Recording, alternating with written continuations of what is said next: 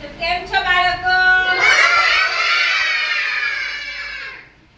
ચાલો આજે આપણે હું અને મારું કુટુંબ અને આપણા પાડોશી વિશે સમજવાનું છે.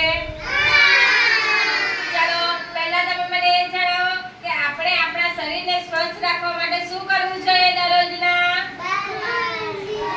બ્રશ કરવાનું. સવારમાં ઉઠીને આપણે શું કરવાનું? બ્રશ કરવાનું. બ્રશ કર્યા પછી શું કરવાનું? નાહવાનું. નાહીને પછી શું કરવાનું? કપડાં કેવા પહેરવાના? કેવા કપડાં? સ્વચ્છ ધોયેલા.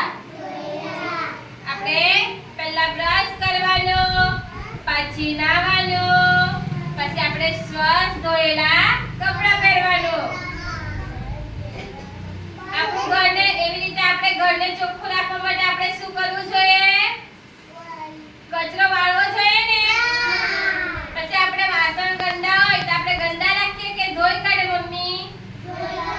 મમ્મી ધોઈ ને. આપણે વાસણને બી સાફ કરીએ ને. હા.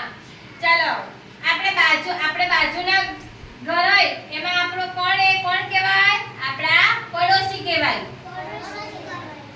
જો જેમ કે આ દિયાને બાજુમાં કોણ છે? દિયા તારા બાજુમાં કોણ છે? યવની. એ એની પાડોશી કહેવાય. એવી રીતે પંથન તારા બાજુમાં કોણ છે?